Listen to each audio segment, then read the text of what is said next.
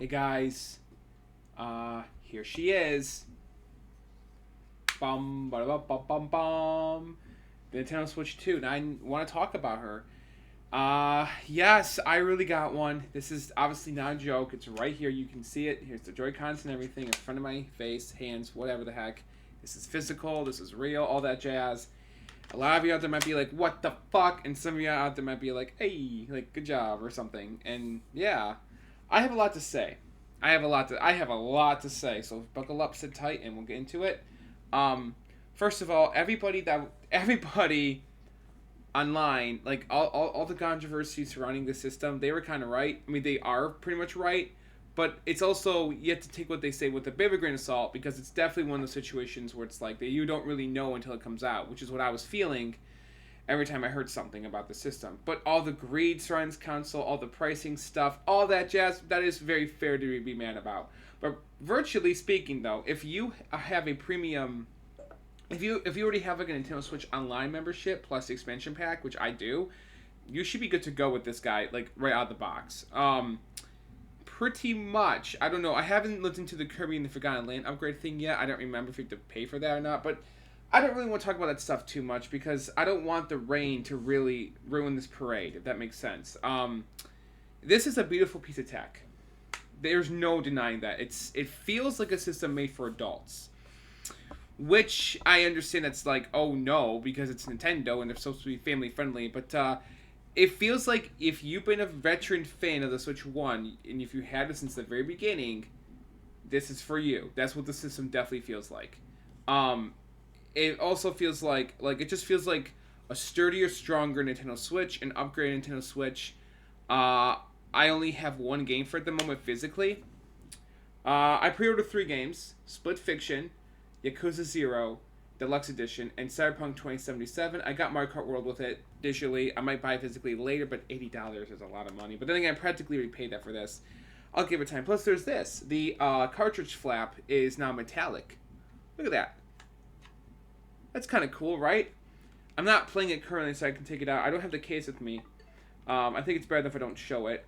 I'm playing Mario Odyssey on it right now because it's my favorite Switch 1 game ever. I love Breath of the Wild and Tears of the Kingdom, but this is my favorite Switch 1 game. And here it is, Cyberpunk. Now, why don't I have my other two games yet? I got this game at midnight at my local GameStop, and I was like, what the fuck? When I opened the bag and looked inside of it and saw that, there was no Split Fiction, there was no Yakuza Zero. I was about to have like a Karen customer moment a little bit, but also a justified moment because I'm like, where's all my stuff? And the store clerk told me they just, it isn't set for technically release yet-ish because, they have to release it after opening like today basically. Right now it's 11:10. They said they'll call me when it's ready for pickup, and I said okay, which seems suspicious. But these GameStop employees, from what little I've interacted with them, they seem like decent people. So I'm pretty sure it's not them. I'm pretty sure it's just the system being corporate, all that jazz. I think he told me they had the shipment, but they couldn't like release it yet. To be fair, it was like close to 1 a.m. when this was all going down because I was heading home and they had other people to go through. So I just took his word for it, went home. And even if they don't call me, I know what I bought. It's on my account and everything. It's in there. Everything's in there. So even the other employees were like, oh, they were like kind of like, oh shit, when that's happened. They were like, let's pull up your account and see, and they saw that my games were there on their system on the account. It just wasn't on the printed receipt. So they were like, what do we do? What do we do? And then that's when the manager told me, you're just gonna have to wait a bit longer. It's just because like they're not as popular as Cyberpunk, so that's why you got Cyberpunk and not these two games.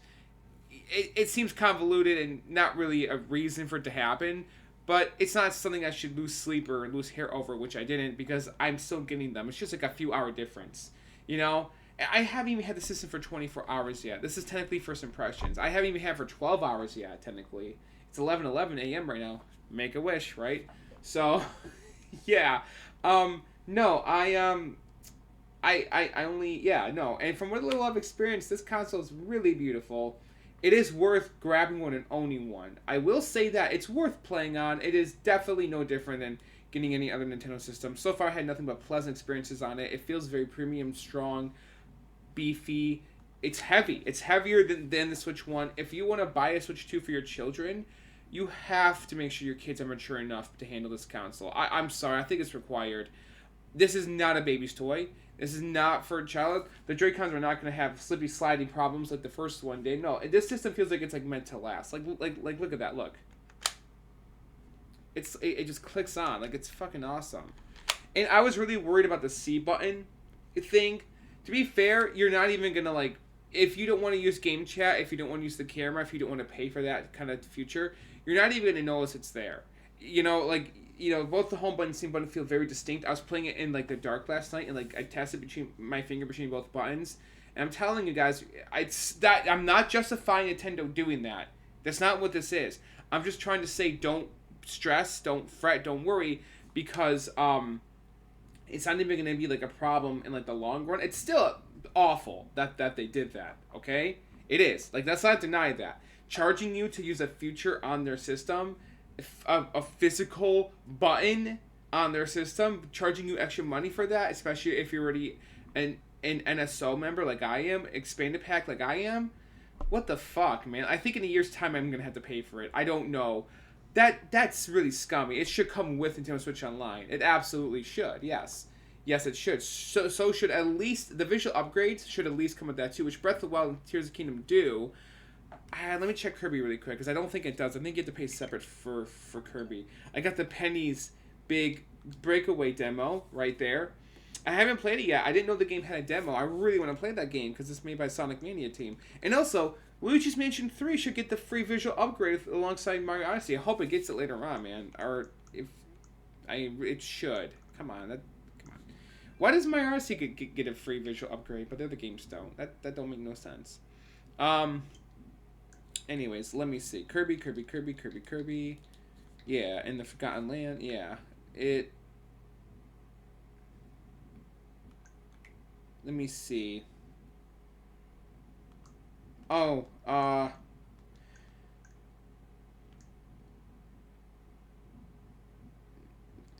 doesn't say anything about the visual upgrade. Maybe it's coming out later? Oh, upgrade pack. Pre-order. Oh, it's not until August 28th. Upgrade pack. Upgrade for Nintendo Switch software. You selected this. Continue. Do I have to pay for this? Yes, I do. I think I do. That's some serious fuck. So, yeah. I don't know. But it looks like it. That's not cool, Nintendo. That's not cool. At least I get to play my Zelda games and Mario in 4K. I'm excited for Metroid Prime 4, and I'm excited for, especially after experiencing the system for a bit, Cyberpunk runs like a dream. That I was surprised about. I think it helps that the full game is literally on the cartridge. And I shit you not, I've experienced the game on PC and Xbox Series X. It's been a while since I played on the Series X because I sold my Series X system. I'm actually hoping to get one later because I miss it. And I'm going to give you about that when the time comes. But I think this might be the best version of the game. And I'm saying that without being... I'm trying to say that without Nintendo biasism or anything like that. It just feels premium and feels... There's just something special about it. I don't know, but I was expecting it to chug. I was hearing like, doom and gloom about the performances about it, but no, it runs fairly well on the Switch 2. I was surprised. I don't know if the version they were playing was digital or not, but it's a full physical version. And I mean, like, the full game is on here. No extra download required. Nothing. Nada. Zilch. And I can prove it to you guys right now, right? Because that's probably what you heard. Let's go to settings, storage. Where's my storage? Data management. Manage software, I think. Where's Cyberpunk? Shouldn't take 2.4 gigabytes only. Look at that. Look at that. See? That's from other games I'm re-downloading from the Virtual Card library, which I did not like that they did that. The Virtual Card thing they did last month or 2 months ago, I think it was last month, the update was like, what the fuck is this? But It's convenient on this system. It's snappy. It's quick. You re-download the games you bought. It's super nice. Whatever you do though, if you have a Switch One and you want to keep it and play it like me, which you should, because I don't know, don't sell it for a Switch Two. I'm sure a lot of you probably did, but don't, because there's controversy with the backwards compatibility on this guy still. Um, do not do a system transfer, like a complete one, because I think it deletes all your data. It's kind of like the Wii to Wii U idea. If you still want to plan it, because look at this. Look, you can still play your Switch One games you bought, and all your save data will still be there. Like these are all my Switch One games I purchased. Look at that. I'm gonna add Crunchyroll on there. Which, speaking of which, Nintendo, please, for the love of God, if you're listening to this, for the love of God Himself, put more streaming services on this. Put Plex on here for one, which I know you're anti-piracy, but do it anyways. Come on, Netflix. That doesn't really fetch you, to be fair. Disney Plus, because, well, Disney Plus sucks, but still, just put other platforms on here, please. You got Hulu and Crunchyroll, and Hulu's basically Disney Plus now. I especially want Plex on this device, especially Plex, because come on, I need it, man. Especially for my job. Like, I'm gonna bring this to work on my lunch break, watch a little bit of anime or whatever shows I want on my device. That'd be awesome. Like, come on, man. At least you got YouTube and Crunchyroll. That's not so bad. It's not, but like, fuck, man. Like, come on. Oh my god, I can watch the best version of Dragon Ball Z. If I had Plex on here, I could. Oh well. 'Tis a dream for now. But yeah, no, yeah. It's, I don't know what to think and say here. I seem like a big hypocrite a little bit, because it's like, I'm not for,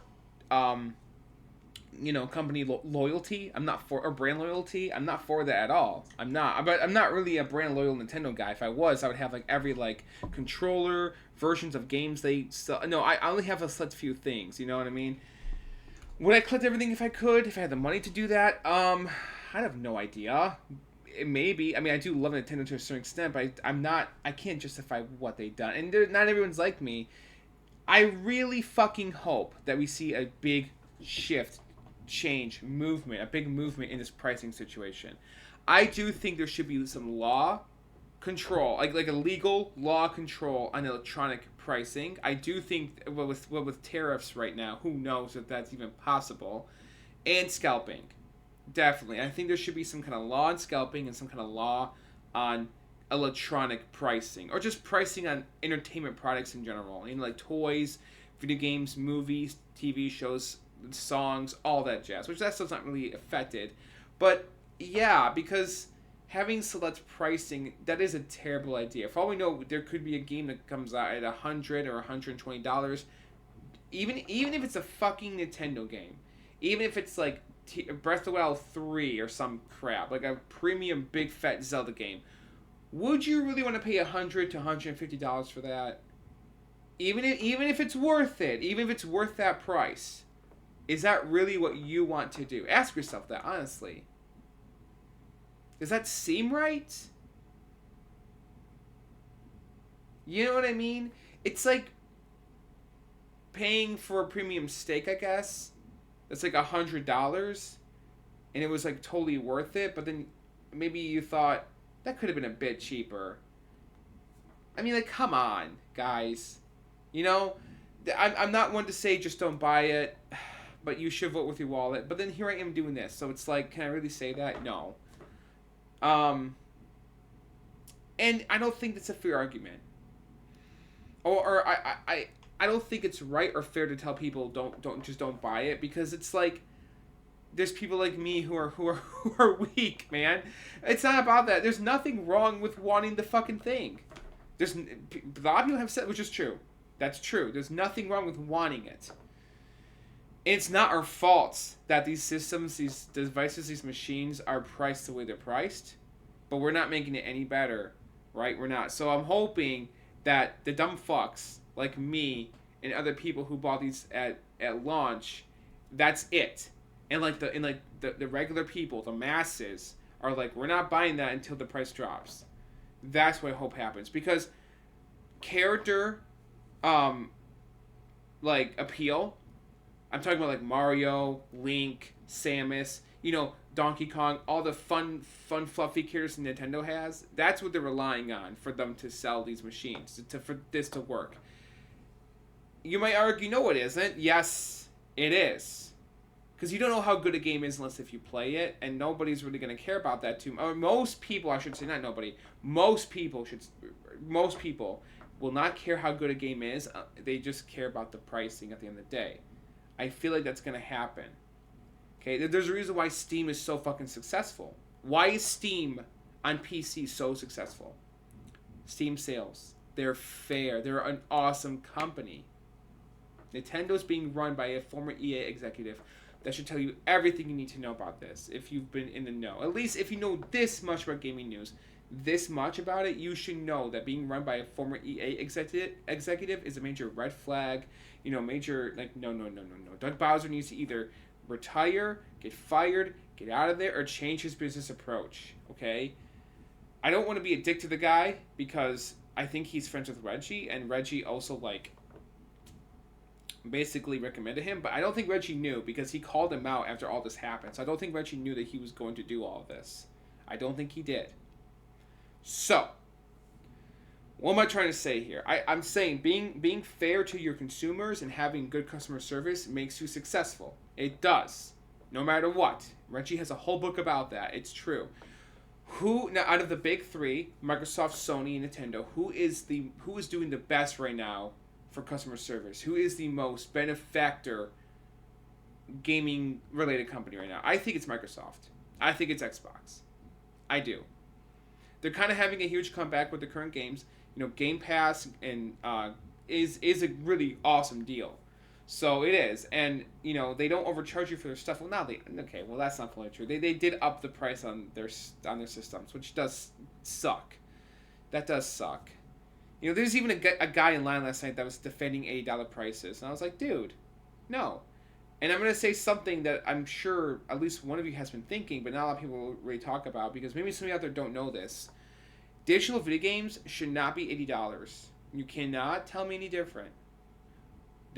This is coming from a veteran. I've been playing video games forever. I have every system under the sun that you can think of.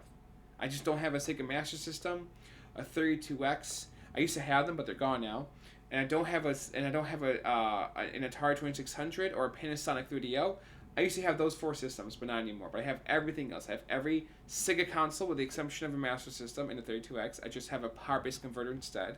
I have every Nintendo console. I have every Nintendo gaming machine. I have every PlayStation gaming machine. Yes, well, except for the PlayStation Vita, which I need to re-get that. And I only have an original Xbox and 360, but I have experienced all of the systems I mentioned and sold. I've experienced them. I had them for a good few years at least. I'm telling you, man. The reason why video games costed the way they did, especially in the 90s, with $80, $70, this, that, is because they came with posters.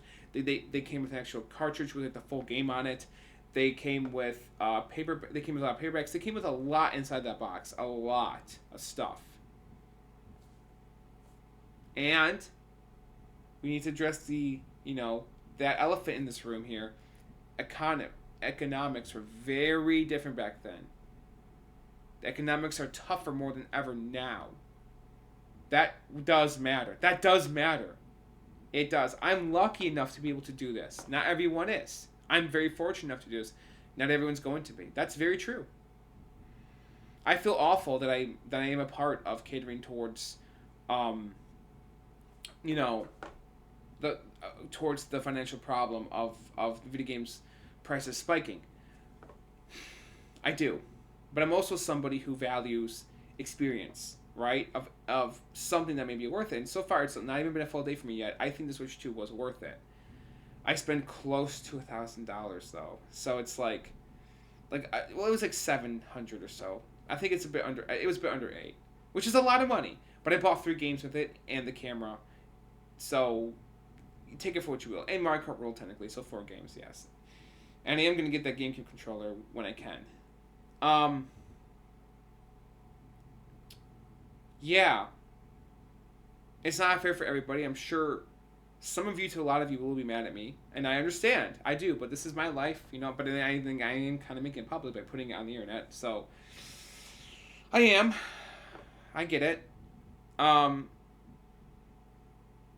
sorry. I really am. I just want to enjoy video games. I didn't ask for this controversy. I didn't ask for this big fucking thing. Plus, I've always wanted to get a system at launch. I never got that. I never ever truly got to experience it. I missed out on getting the Switch 1 at launch. My wife bought it a month after launch. I missed out on getting the PS5 at launch. I wanted to get one at launch. I did, and I couldn't get one until I think April of 2021. I think so. Yeah, it took me 4 months to get one after release. This is my only chance. I grew up on the GameCube. But my parents had control of that. They don't care about video game launchers or anything like that. They're not into this kind of thing like I am. My love of gaming really grew thanks to the internet, thanks to YouTube, thanks to learning about this stuff. And to me, it sounds like the only video game console that still has the best launch of gaming history, and it's never going to happen again probably, is still the Sega Dreamcast. The Sega Dreamcast is the only video game console that has the greatest launch of all time, because it came out with 19 games, I think, 19 to 20 games that were most to all worth it. At least 15 of them were worth it. Now, the Switch 2 is kind of a new contender of that. It's much over 20 games. But the kicker to that is that all those games are on other platforms. Most of them are, I mean. But then you get like deluxe editions, like Yakuza 0 and Cyberpunk 2077. They have new features. Plus, so far, Cyberpunk 20... I already said in this video, this might be the best version of that game. Again, it's kind of like a bit of a reflectant to the Dreamcast. I can't excuse the prices. Sorry, $80 is not an excuse. You can't tell me it's because of tariffs, it's because of inflation. That's not it. It's corporate greed. Every other person online has been saying it. We know it is. Like, there's facts behind that. I got into this argument on Facebook in this group I'm in. This guy posted a mask saying, "Oh, it makes complete sense. $80." No, it doesn't. And most people were laughing at me. Most people were defending this, and I couldn't fucking believe what I was seeing and reading. They were all idiots. They all didn't get it. It was sad. It was. It was sad. Knowledge is power, people. Don't believe for a second that video games are $8 because of economics. It's the companies. It's nothing else. It's them making that conscious decision. It's no one else above them. It's not politics. It's not economics. It's not inflation. It's none of that. It's simply just them doing that. That's it. It's shareholders. It's the corporations. That's it. Nothing else is making video games and consoles this expensive now. That's all. The tariff attack, I'm going to call it that for now, hasn't even hit yet. So, of like spike pricing, I don't think it's really happened yet. I think it's them doing it themselves. What the hell are they thinking? Why would they do that? This big crash is going to happen. It is going to happen. Which is a bad thing. It should happen. It doesn't mean that Microsoft, Sony, Nintendo are good. It just means they need a big spanking. They do. I never thought in 1,000 million years that Nintendo would repeat the mistakes of game companies in the past with being super arrogant because we have a super successful console, Switch 1. Yeah, one of the best selling machines of all time. Let's spike price the next stuff. That's what every fucking company has done. Sega did it with the Saturn. PlayStation did it with the PlayStation 3, or Sony did it with the PS3. Microsoft did it with the Xbox One. Right, and now Nintendo's doing it with the Switch 2. This is the only truly successful one simply because it's fucking Nintendo. And you got people like me praising the damn thing. And I should. It is a great piece of tech. It deserves that praise. It does. But it doesn't mean it should be as greedy as it is. It does not excuse any of that. No. The sin is super nice. I was really expecting Nintendo to be smarter than that, but they weren't. I'm pretty sure they still think they can get away with this, and I'm hoping that they can't. I'm sorry. I don't even know if I'm going to keep this. I want to, though. I really do. But what difference does it make if I sell it now? My money's going to Nintendo. A lot of people were buying this, not just me. There's a lot of people there in person buying this fucking thing. Not just me. I wasn't the only one pre-ordering it. If I had canceled my pre-order, it wouldn't have made a damn difference. No one wouldn't have. I'm just one guy. All of us would have to do it. And all of us were going to. And that isn't fair to ask. It isn't fair to ask. Both situations are unfair. It's not fair to tell someone not to buy it, not to want it, not to pre-order it. That's not fair to do. And it's not fair to cater towards the machine, to cater towards the pricing, to cater towards all that. It isn't fair that Nintendo is pricing it the way they're pricing it. It's not fair to tell someone not to buy it. You can't win. I couldn't win no matter what the fuck I did. I would have felt awful. I would have felt like, fuck, I really should have bought one. This might, I think the main reason. This may sound stupid, and I understand, but a part of why I bought this machine, it is for family reasons. I want to play with my family. That's a part of it. My niece was really important. She was the driving force to why I was like, alright, I'll pre-order it. And I'm sure it's going to be worth it. If Nintendo puts Shenmue on this thing and Sega, and we get all the Earthbound games, some other games, and Oblivion Remastered, if that happens, it will almost make up for all the controversial shit around the Switch too. Almost. If we get all three Shenmue games, either ported or remastered, and if we get Oblivion Remastered, and somehow Heavy Rain by Quantic Dream on here, which Heavy Rain's on Steam, so that shouldn't be impossible. That would almost make up for everything Nintendo's done. So, at least for me it would, but not virtually everything. Nintendo, please, from this point forward, try to be more fair. I don't think all the shit everyone was saying or reporting on it is fully true. It doesn't seem as like unfair as like what has been reported, but at the same time, still be cautious. Take it with a grain of salt. And if you want to get one, that's all I'm telling you. It's not your fault that that things are priced in the way they're priced right now. Like, maybe it is a little bit. It's also not. Yes, I know, because something is wildly successful doesn't mean that like the success of that product should be so much higher. I think that kind of thing isn't fair. It isn't our fault that Nintendo suddenly decided for these machines and consoles and games to be super expensive. It isn't our fault.